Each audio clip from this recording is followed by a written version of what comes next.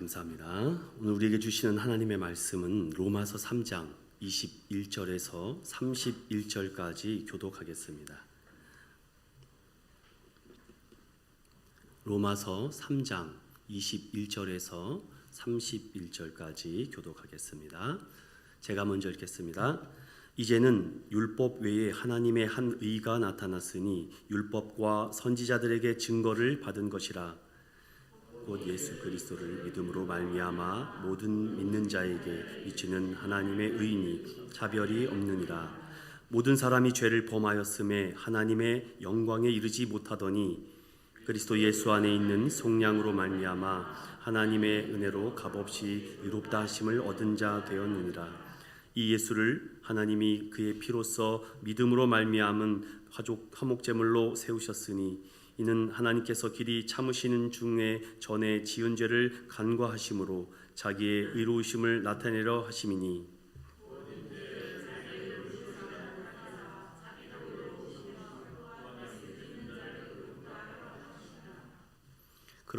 그런즉 자랑할 때가 어디냐? 있을 수가 없느니라. 무슨 법으로냐? 행위로냐? 아니라 오직 믿음의 법으로니라. 그러므로 사람이 의롭다 하심을 얻은 것은 율법의 행위에 있지 않고 믿음으로 되는 줄 우리가 인정하노라.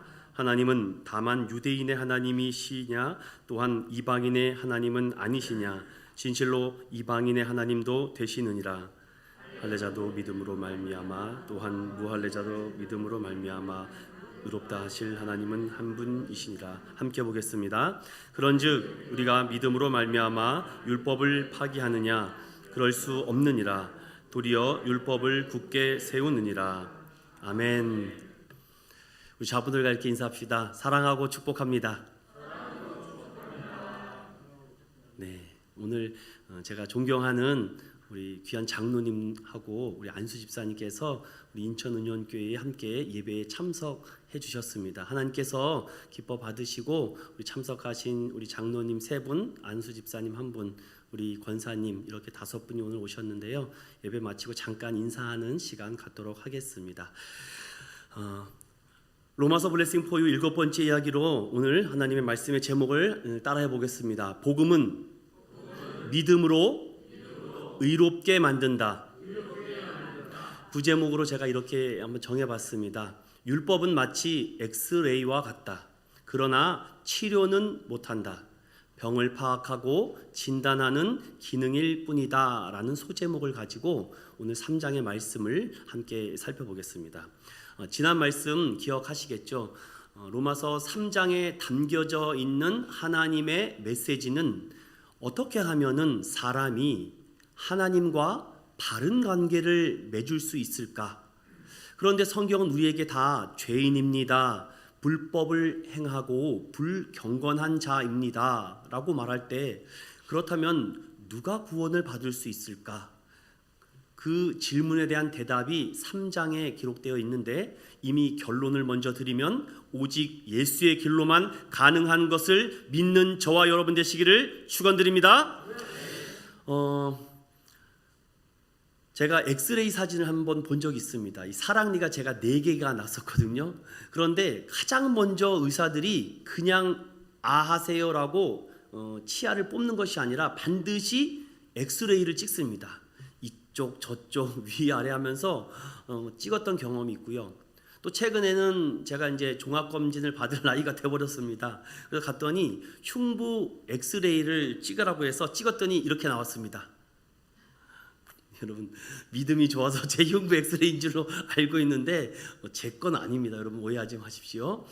이렇게 우리가 흉부 엑스레이를 찍으면은요 이렇게 세밀하게 MRI나 CT처럼은 볼 수는 없지만 우리의 흉부의 상태를 진단하고 파악할 수 있다고 합니다. 특별히 요즘 바이러스가 창궐한 이때에 우리의 이런 호흡기 쪽에 문제가 많이 있어서 이렇게 폐가 2개 있지 않습니까? 이 폐에 어려움이 찾아와 질식사를 하거나 때로는 숨을 거두시는 분들도 있죠. 그래서 제가 이 엑스레이 사진을 찾다가 여러분과 한번 공감되는 사진 한 장을 가지고 왔습니다. 3개의 흉부 엑스레이 사진을 실제적인 엑스레이 사진인데 1번은 정상인의 폐라고 합니다. 아주 깨끗하죠. 양쪽과 위아래가. 두 번째는 세균성 폐렴에 걸린 사람의 폐라고 합니다. 뭐 간접흡연이나 아니면 외부의 바이러스가 들어왔을 때에 이렇게 폐가 변형되거나 엑스레이를 찍었을 때 다른 모습이 나오는 게 촬영된다고 합니다. 그런데 이거보다 지금 세계 이슈가 되는 코로나19 바이러스, 코로나19가 확진된 사람의 폐를 촬영해 봤는데 맨 세 번째 그림처럼 이렇게 촬영이 된다고 합니다. 정말 무서운 질병이 아닌가. 이 엑스레이 사진만 보더라도 우리가 쉽게 이해할 수가 있고 판단할 수 있죠. 제가 서두에 왜 이 엑스레이 사진을 보여드릴까? 3장에 계속해서 우리에게 율법이라는 하나님의 말씀을 가지고 계속 우리에게 엑스레이 촬영을 합니다. 찰칵 찰칵 찰칵. 그래서 어떤 사람에게는 정상인의 엑스레이의 흉부 사진이 나오지만 누군가에게는 작은 재들이 침투하여서 내가 모르게 세균성 폐렴의 질환을 앓고 있는 사람도 있다. 또는 심각한 코로나 바이러스와 같은 바이러스에 걸려서 아픈 줄도 모르고 지내는 사람이 있다. 이런 말씀에 제가 한번 여러분과 함께 이 말씀을 생각해 보면서 우리가 이렇게 코로나나 폐렴에 힘들어 하지 않고 이렇게 정상인의 폐를 가지고 살아가야 되지 않습니까? 하나님은 우리에게 정상인과 바름과 온전함에 대해서 수없이 강조했는데 우리의 몸이 알게 모르게 이런 바이러스를 인해서 우리의 몸이 점점 쇠약해져 가고 있지는 않는가? 그리스도인은 여기서 우리가 짚고 넘어가야 될 중요한 사실이 바로 여기에 있습니다.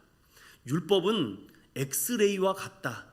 우리의 잘못과 우리의 어리석음을 자꾸 노출만 시켜준다.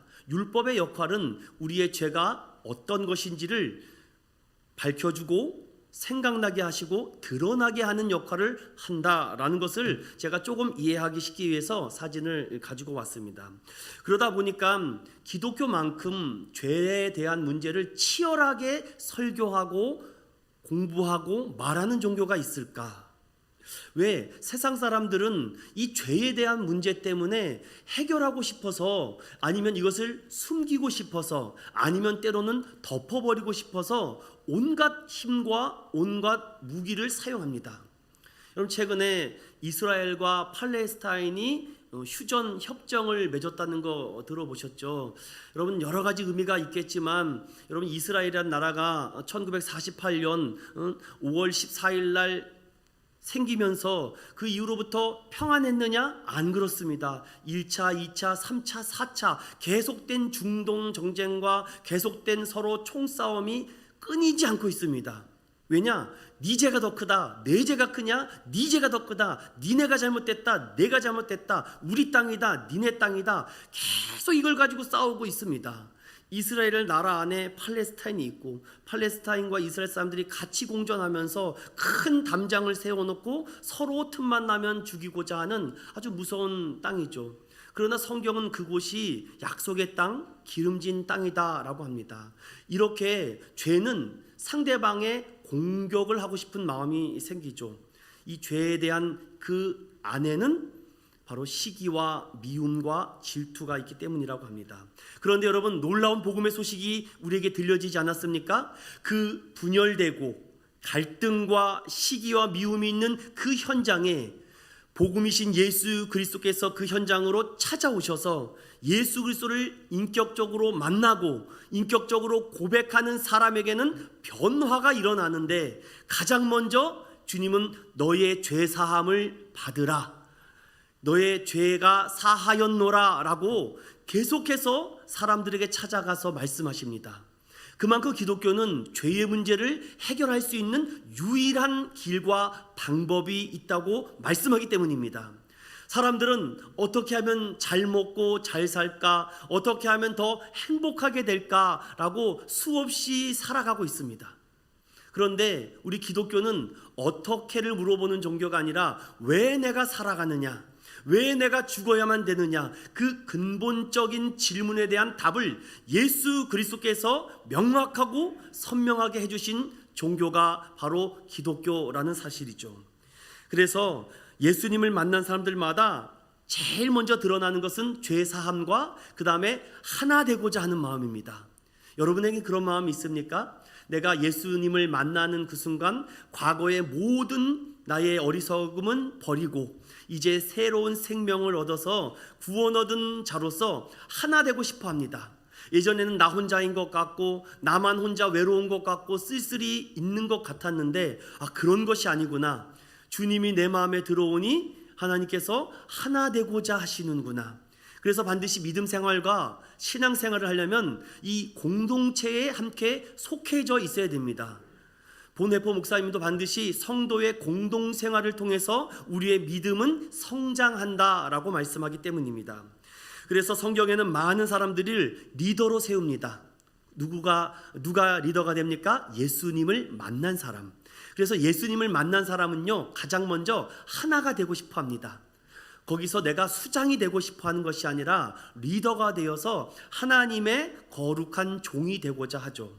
그래서 제가 하나 더 준비해 갖고 왔는데, 리더로서 우리 다 교회의 중직자며 리더들 아니십니까? 그래서 그 사람들마다 리더들은 예수님께로 이끄는 사람이 돼야 되는데 이 5가지를 한번 여러분 잘 머리에 담아 두셔 보십시오.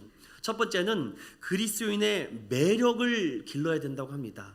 예수 믿는 사람이 매력이 있어야 된다고 하죠. 그렇다고 뭐 잘생기거나 뭐 너무 예쁘거나 그런 것이 아니라 이 사람이 아니면은 안 될 것 같은 매력이 있어야죠.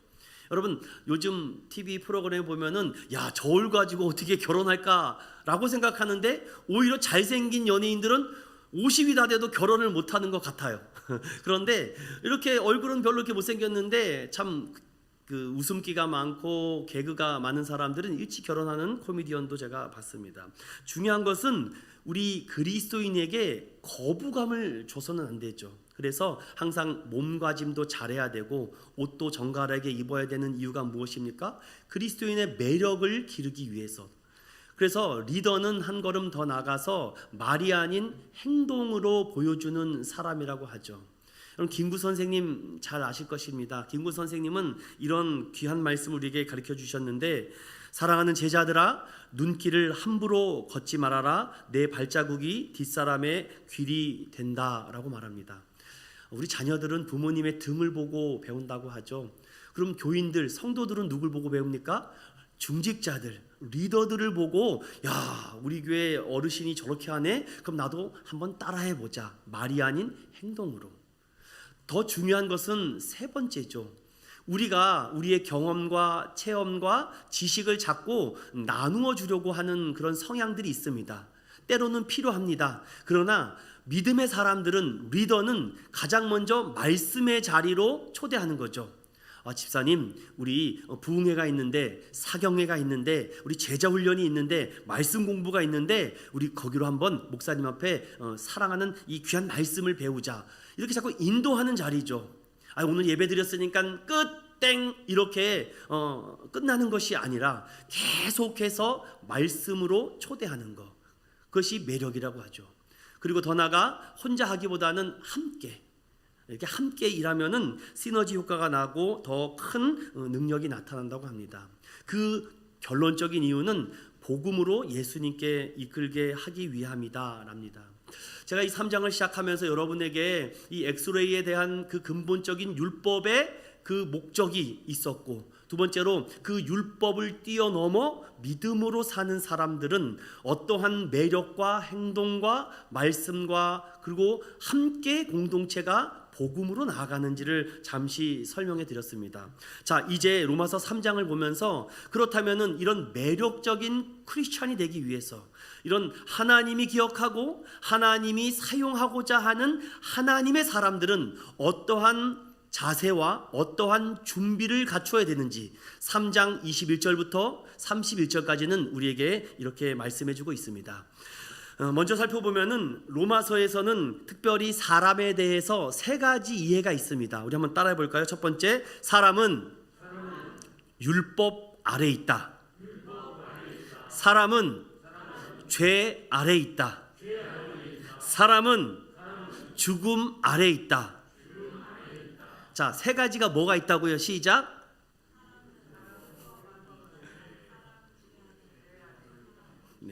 율법, 죄, 죽음. 우리는 이렇게 계속해서 배우고 익힙니다.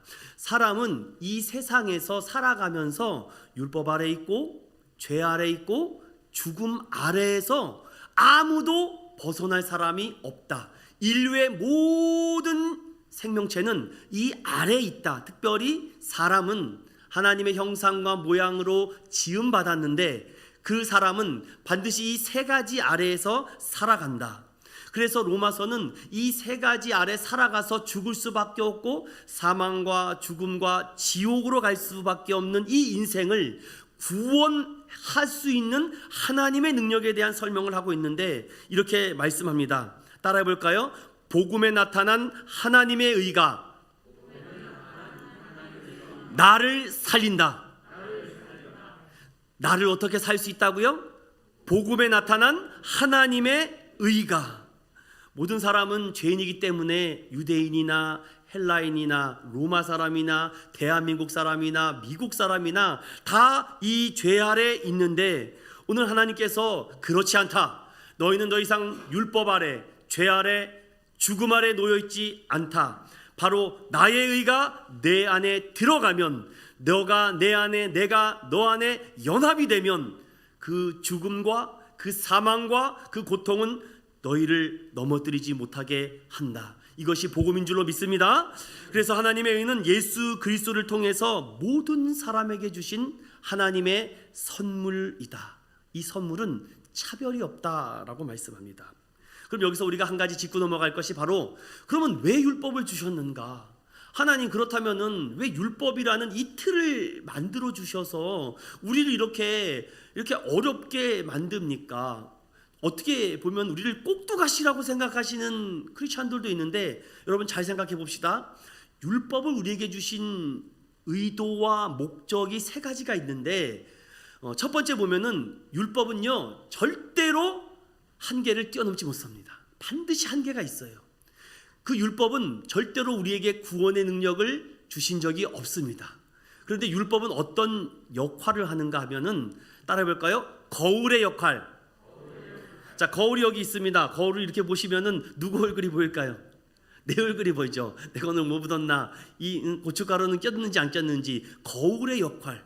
내가 내 자신을 보기 위해서는 율법의 잣대로 나를 볼 때 내가 이렇게 티가 많고 들보가 많은 사람이구나, 연약하구나, 참 내가 모자라구나 라는 것을 깨닫게 됩니다.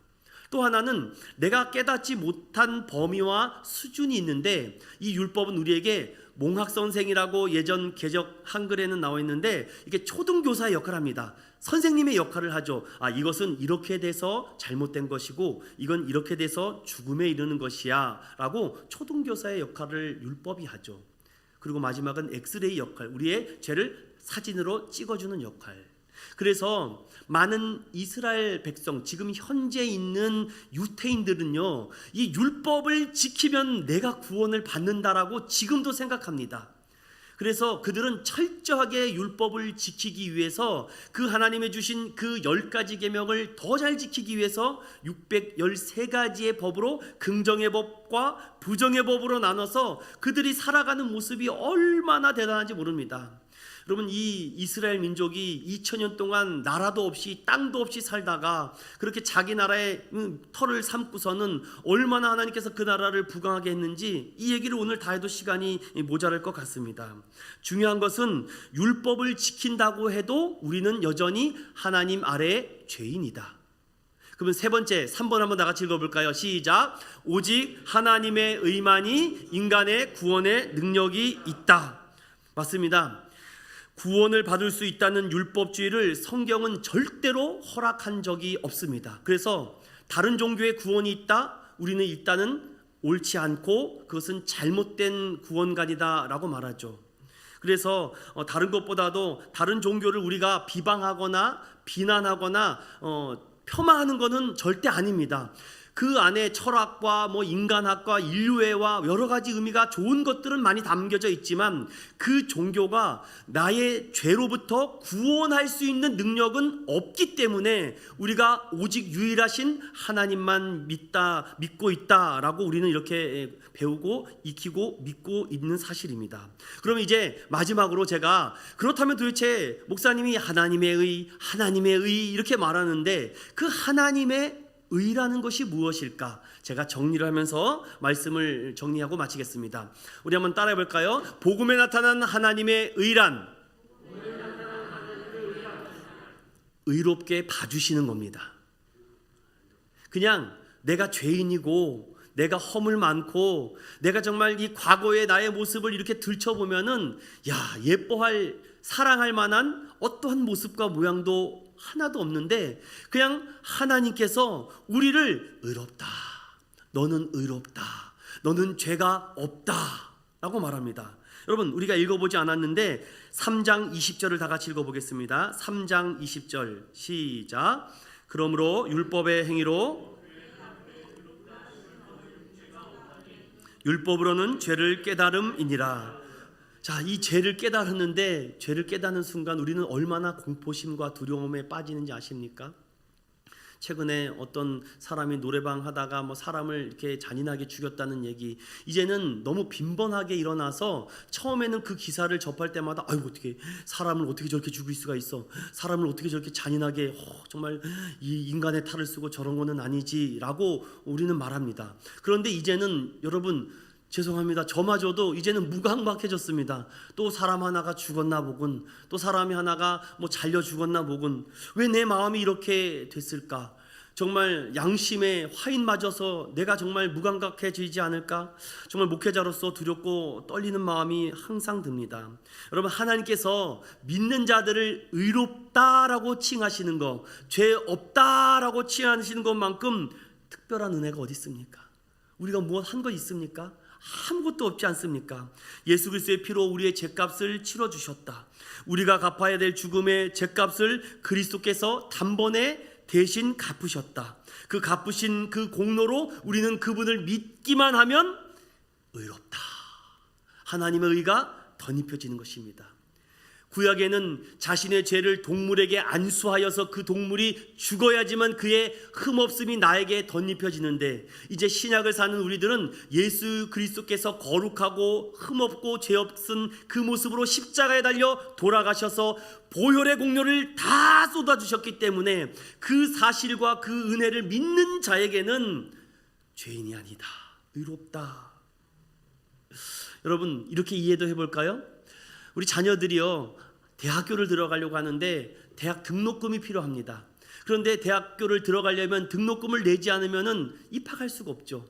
그런데 이 부모가 자식을 너무 사랑해서 어떻게 해서든지 그 등록금을 마련해서 학교를 입학시켜 줍니다. 그럼 그 자녀가 정말 깨어있고 철이 있다면 그 부모의 사랑과 은혜를 잊어버리겠습니까? 그렇다고 해서 나는 값없이 대학교 들어갔어, 내가 원래 공부를 잘해서 그래, 나는 똑똑해서 그렇다니까 라고 말할 사람이 있을까요? 우리는 그렇게 말할 사람이 없습니다. 내가 아무리 잘해도 부모님이 나를 도와주시고 나에게 힘을 주셨기 때문에 내가 이렇게 학교를 입학할 수 있었다. 저는 아무리 생각해도 하나님의 의는 특별한 은혜라고 밖에 생각할 수가 없었습니다. 여러분 예수님의 피는 우리의 죄값을 대신 치르시기 위하여 흘린 보혈이기 때문에 우리 이제 은혜는 공짜라는 말을 함부로 하지 않았으면 좋겠습니다. 은혜는 내가 죽어야 될 자리에, 내가 값을 치러야 될 그 현장에 주님이 대신 값을 치러주셨고 내 대신 모든 상을 풀어주셨기 때문에 나는 하지 않고 그냥 은혜로 의롭게 되었다. 아멘입니까 여러분? 이것이 하나님의 의라는 사실입니다. 22절을 다 같이 읽어보겠습니다. 시작. 곧 예수 그리스도를 믿음으로 말미암아 모든 믿는 자에게 미치는 하나님의 의니 차별이 없느니라. 아멘. 여러분 하나님이 세상을 이처럼 사랑하사 독생자를 주셨으니 이는 저를 믿는 자마다 멸망치 않고 영생을 얻게 하려 하심이라. 그를 믿는 자마다. 우리는 오늘 이 믿음을 가지고 여러분 값싼 복음이 아니라 정말 돈 주고 아니 이 세상의 어떠한 것과 바꿀 수 없는 이 예수 그리스도의 사랑에 오늘 이 주일날 마음껏 감사하시고 하나님께 영광 돌리는 저와 여러분 되시기를 축원드립니다. 또 하나, 하나님의 의란 무엇일까? 따라해 볼까요? 믿음의 법만을 자랑하는 것이다. 여러분 27절을 다 같이 읽어보겠습니다. 27절입니다. 시작. 그런즉 자랑할 때가 어디냐? 있을 수가 없느니라. 무슨 법으로냐? 행위로냐? 아니라 오직 믿음의 법으로니라. 아멘. 이건 제가 여기다가 부연 설명을 할 필요가 없습니다. 왜냐? 우리의 자랑은 예수 외에는 없기 때문입니다. 그리스도의 자랑은 예수밖에 없으니 우리에게 믿음의 선물을 주신 그 믿음의 주체이신 예수님, 우리가 자랑해야죠. 우리가 어떻게 자랑합니까? 복음을 전하면서 자랑을 합니다. 예수님을 증거하면서. 그래서 내가 교회 안에서 이런 봉사와 헌신과 이런 노력하는 거, 이것이 어떠한 보상과 대가를 받기 위해서 한다면 하나님의 의를 정말 반만 믿고 있지 않는가? 사람들은 자력 종교를 찬양하면서 자신이 스스로 신의 경지에 이를 수 있더라고 열심히 돌을 닦습니다. 그런데 여러분, 그렇지 않죠. 은혜 받는 것에 대해서 우리는 감사하면 됩니다. 기뻐하면 됩니다. 아니, 아버지 앞에 가서 아버지, 우리 아버지가 되니까 내가 얼마를 드리면 돼요? 이렇게 말하는 사람 있습니까? 내 아버지를 아버지라고 부르고 아버지와 사랑과 기뻐와 감사하는 것 당연하죠. 그래서 우리가 자랑할 것은 오직 믿음의 법, 예수만 자랑하는 저와 여러분 되시기를 축원드립니다. 여기서 중요한 것이 제가 한 가지 더 있는데, 이 믿음의 법만을 자랑하다 보면 두 가지 실수하는 모습들이 종종 발생합니다. 첫 번째는요, 믿음의 법을 자꾸 자랑하다 보니까 순간 뭘 놓치게 됩니까? 이 기복신앙에 빠질 수가 있습니다.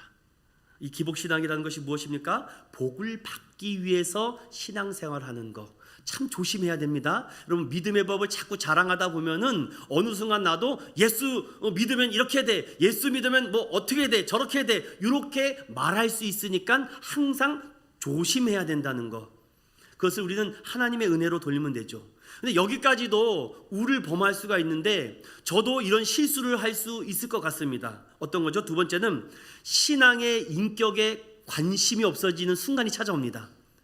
뭐 예수님이 다 하시겠지, 뭐 교회 목사님이 다 하시겠지, 뭐 아니 나는 어차피 뭐 예수 믿었고 구원 받았으니까 됐죠. 목사님, 저한테 뭐 강요하지 마세요. 뭐 맡으라고 하지 마십시오. 목사님은 성도들을 볼 때 아니 믿음의 법을 자랑하고 예수만을 자랑하는 사랑하는 집사님이 왜 갑자기 거부하시지? 우리가 이럴 수가 있습니다. 사랑하는 여러분, 제가 지난 시간에 말씀드렸죠. 믿음 생활을 하는 성도들은 딱 두 가지 하는 것이라고. 배우든지 가르치든지, 가르치든지 배우든지. 교회 안에서 이거 하다가 주님 나라 가는 줄로 믿습니다. 매일매일 하나님의 말씀을 배워도 부족합니다. 그리고 그 배운 거 열심히 가르치는 선생님들 정말 귀하고 존귀하지 않습니까? 그래서 어느 교회가 부흥하느냐 저는 확실합니다. 교사 선생님들의 그 자세를 보면 그 교회가 부흥할지 안 할지 압니다. 그 교회 부목사들의 눈동자를 보면 그 교회가 부흥할지 안 할지 압니다. 왜냐하면 교사들이 죽을 힘을 다해서 아이들을 가르치거든요. 그럼 그 교회가 하나님께서 왜 은혜와 축복을 주시지 않겠습니까? 아니 뭐 성경 공부 시간에, 분반 공부 시간에 뭐 하겠습니까? 예수 자랑하죠. 예수 믿어라, 성경 믿어라, 말씀 믿어라. 설마 그 시간에 엉뚱한 얘기를 교사들이 할까요?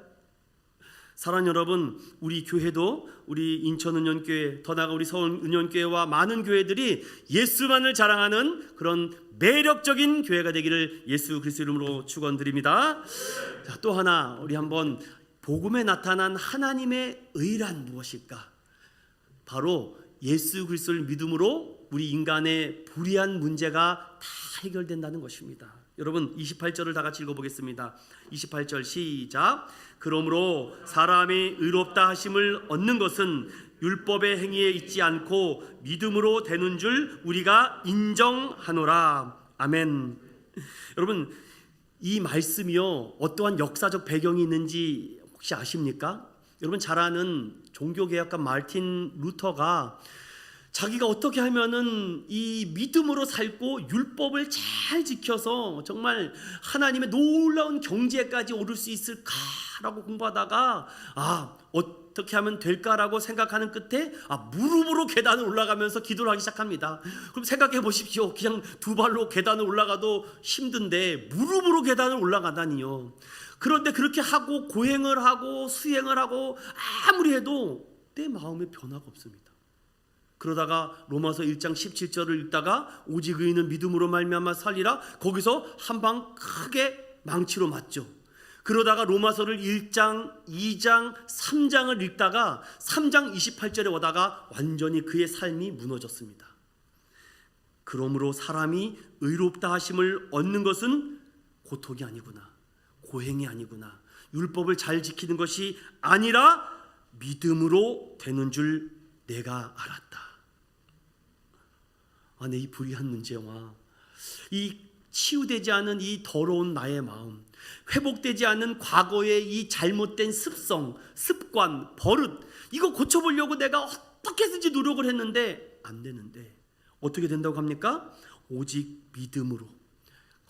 믿음으로 되는 것이구나. 그래서 3장에는요 무려 8번이나 믿음에 대한 말을 반복하고 있습니다. 사랑하는 여러분, 오직 믿음을 왜 이렇게 사도 바울이 강조할까요? 여러분, 그 믿음이신 예수 그리스도께서 오늘 성령 강림 주일 아닙니까? 성령이 내 안에 임재하지 않으면 자그마한 죄 하나도 이길 능력이 없습니다. 성령도 우리의 연약함을 아시나니 너희가 힘들고 외롭게 있는 것을 내버려 두시지 않고 탄식함으로 말미암아 계속해서 부르짖습니다. 그래서 사도 바울은 어떻게 고백합니까? 매일 나를 치고 복종케 하고 복종케 한다. 이놈의 이 말버릇 하나 이거 안 고쳐지는구나, 이 잘못된 생각. 그래서 예수님은 와서 어떻게 바리새인들에게 고함칩니까? 우리는 살인한 적 없습니다. 우리가 언제 간음했습니까? 우리는 하나님의 율법을 어렸을부터 잘 지켰습니다 라고 말했는데, 이미 미워했으면 살인했느니라, 이미 음욕을 품었으면 간음했느니라. 거기서 바리새인들이 꼼짝하지 못하는 것입니다. 부자 청년이 예수님을 찾아와서 나는 어렸을 때부터 하나님의 10가지 계명을 충성되이 잘 지켰습니다. 그렇다면 네 모든 재물을 다 가난한 사람들에게 주고 나를 따르라. 그런데 고민하죠. 이거 어떻게 하지? 그런데 결국은 그는 예수님을 따르지 않고 돌아갑니다. 내 안에 할 수 있을 것 같고 될 거라고 생각했던 것들이 여러분 되지가 않습니다. 오늘 성령 강림절을 맞이해서 다시 한번 마음으로 믿어 의에 이르고 입으로 날마다 시인하여 죄를 공격하고, 아니면 죄를 떠나고 죄와 멀어지고 오직 성령의 능력으로 그것을 극복하고 이기는 저와 여러분 되시기를 축원드립니다. 자, 이 세 가지를 살펴보고 우리가 그렇다면 예수 그리스도의 의로움이 우리에게 덧입혀졌는데 이런 결과들이 나타날 것입니다. 혹 지금도 이런 은혜 속에서 살아가는 여러분들이 있을 줄로 믿습니다. 제일 중요한 것은 이제 더 이상 나를 정죄하지 않습니다. 여러분, 사탄 마귀가 나를 자꾸 정죄하고, 너 그랬던 사람이잖아, 아이고 네가 언제부터 예수 잘 믿었다고, 네가 언제부터 교회 잘 다녔다고, 그렇게 할 때마다 예수님이 가르쳐 주신 기도로 여러분 물리치시기 바랍니다. 나사렛 예수 이름으로 명하노니 원수 사탄아 물러가라. 아멘. 이렇게 자유함과 해방함을 누리는 저와 여러분 됩시다. 아멘. 그리고 사랑이 생겨요. 자꾸 교회가 사랑스러워지고 나보다 더 약한 사람을 돌아보게 되고, 정말 힘들고 정말 지친 사람들을 품어주고 싶고, 또 이렇게 열심히 주의 일을 하는 사람, 선교사들, 또 아직 미자립 교회, 또 이렇게 힘들어하는 여러 나라들을 돕고 싶어하는 마음이 막 일어납니다. 교회에 필요한 것은 없을까? 저 선교지에는 뭐가 필요할까? 성령님이 자꾸 마음을 일으켜 주시는 것입니다. 그런데 내가 할 때는 뭔가 큰 거 한 것 같은데 하고 나면요 얼마나 내 마음에 기쁨이 넘치는지 모릅니다. 주님의 이름으로 하는 것은 내 마음에 기쁨이 넘치는 것이구나. 사랑하는 여러분, 주님의 이름으로 할 때 사랑과 행복이 회복되기를 축원드립니다. 그리고 평화를 위해요. 싸우기 싫어합니다.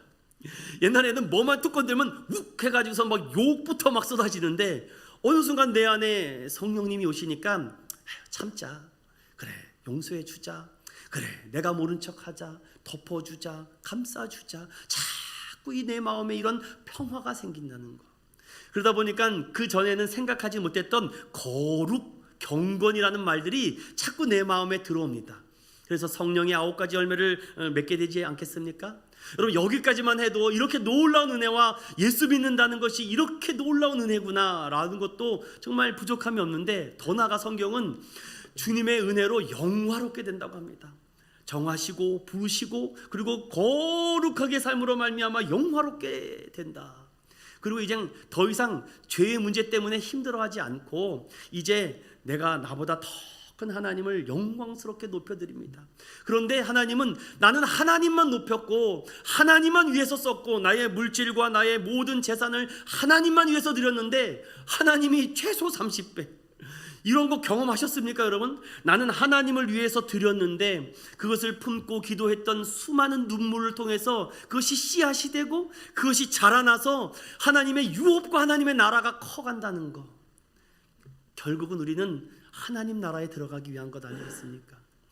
이렇게 하나님께서 우리를 의롭게 해주시고 죄인에서 용서받은 이 죄인의 신분으로 살아갈 때 이렇게 놀라운 하나님의 결과들이 우리 안에 나타날 것입니다. 오늘도 우리의 주님의 죽으심과 부활의 기독교의 이 바른 진리로 확실한 믿음을 가지고 살아가는 저와 여러분이 되시기를 축원드립니다. 마지막으로 예언 하나만 드리고 마치겠습니다.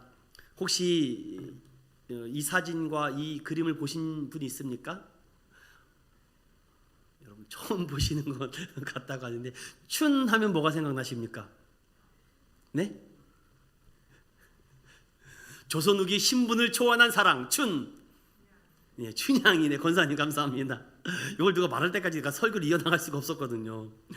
조선시대 최고의 명작이라고 하면은 여러분 춘향전을 뽑죠. 어르신들은 모르는 사람이 없는데 거기에 놀라운 의미를 제가 하나 발견한 것이 있습니다.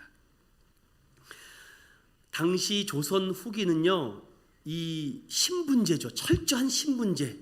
양반, 쌍놈, 농민, 노비, 막 이렇게 계급제가 있었던 때입니다.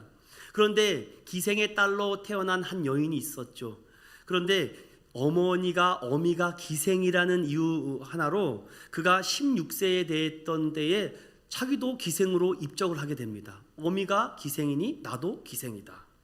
그래서 그는 기생이라는 그 신분을 받아들이기 싫어합니다. 왜 내가 기생이야? 엄마가 기생이지. 나는 기생으로 살고 싶지 않아. 나의 웃음을 팔고 싶지 않아. 술을 따르고 싶지 않아. 나는 춘향이로 살고 싶어. 그런데 그럴 수가 없었죠. 그런데 놀라운 사실, 어느 날 한 젊은 청년이 자기한테 반했다면서 자꾸 접근을 하는 것입니다. 이몽룡이라는 청년이죠. 그런데 춘향이가 이렇게 조건을 겁니다. 나를 사랑하십니까? 내가 정말 좋아요? 그렇다면 저를 이제부터 기생으로 여기지 마십시오. 저를 한 여인으로 봐야지만 저도 당신을 사랑할 것입니다. 근데 여러분 잘 알다시피 인간으로, 한 여성으로 보라는 그 말에 이 이몽룡이 이 춘향이를 너무나도 사랑해서 어떻게 합니까? 그것을 지키죠. 내가 너만 사랑하겠다고. 그래서 둘이 알콩달콩 살 줄만 알았는데, 여러분 참 이 사랑은 언젠가는 깨지는 날이 오는 것 같습니다. 위험의 순간이 찾아오죠.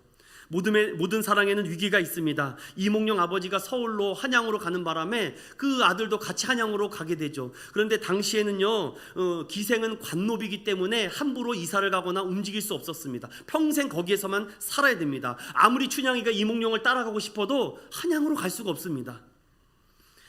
그런데 떠난 이몽룡을 바라보면서 마음으로 언제나 돌아오실까 내님 하면서 춘향이가 기다리지 않습니까? 그런데 사랑은 언젠가는 정말 돌이킬 수 없는 위기가 찾아왔습니다. 그 지방에 글쎄 변학도라는 사람이 찾아와서 이렇게 보니까 아주 반반하고 예쁜 한 아가씨를 봤는데 그가 춘향이 아니겠습니까? 그랬더니 이 변학도가 무슨 그런 심술이 났는지 자꾸 성춘향을 데리고 와서 춘향이가 나에게 수청을 들게 하라. 왜냐? 너는 기생이니까. 기생은 나의 수청을 들어야 돼. 어디 감히 내 수청을 거부할 권리가 너한테 없어. 그런데 춘향은 어떻게 살았습니까? 나는 기생이 아니야. 난 기생이 아니야. 내가 사랑하는 서방님이 나를 기생으로 봐주지 않았어. 내 신분은 기생이 아니야. 나는 한 여인이야. 그런데 변학도가 계속해서 너는 기생이야. 어디 학력도 없고 돈도 없고 백도 없고 고향도 변번한 거 없는, 부모도 백도 없는 네가 어디 사또인 나에게 대들어. 용서할 수 없다라고 그에게 칼을 씌우지 않습니까? 저는 여기서 왜 이 이야기가 오랜 시간이 지났음에도 우리에게 회자가 되고 또 알려질까? 변학도는 계속해서 이 춘향이를 묶어버립니다. 너는 죄인이야. 너는 죄인이야. 어디 죄인이 함부로 나에게 입도 뻥끗하지 말아라. 묶어버립니다. 춘향이 태창을 맞아도 꼼짝하지 않습니다. 너는 기생이니까 절대로 넌 인간이 될 수 없어. 내가 시키는 대로 하는 노예야 라고 말합니다. 그런데 그 고통을 참아냅니다. 그런데 어떻게 참니까? 변학도와 저 많은 사람들은 나를 기생으로 보지만 내가 사랑하는 그분은 나를 한 여인으로 봐줬다. 전 여기서 감동이 왔습니다. 그렇지, 내가 다시 만날 예수 그리스도, 그분은 나를 죄인으로 말하지 않았어. 나를 의인이라고 말했어. 나를 용서해 주셨어.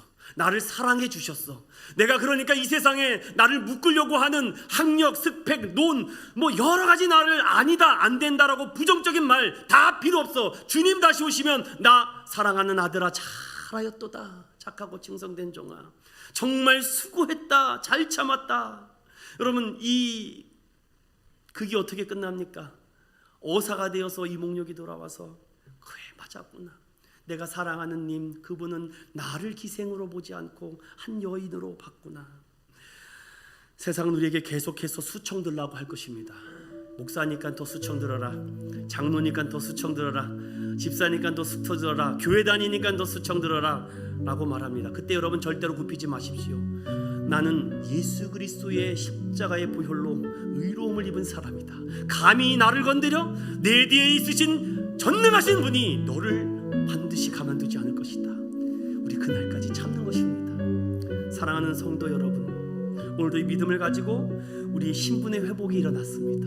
이제는 우리에게 명품 신앙이 주어져서, 이제 우리에게 왜 품위를 지켜야 됩니까? 왜 신앙을 지켜야 됩니까? 바로 내 사랑하는 주님이 다시 오신다 약속하셨기 때문에. 우리는 기생이 아닙니다. 죄인이 아닙니다. 우리는 하나님의 의로 새로운 사람 되었습니다. 이 믿음으로 한 주간 승리하는 저와 여러분 되시기를 예수님의 이름으로 축원드립니다.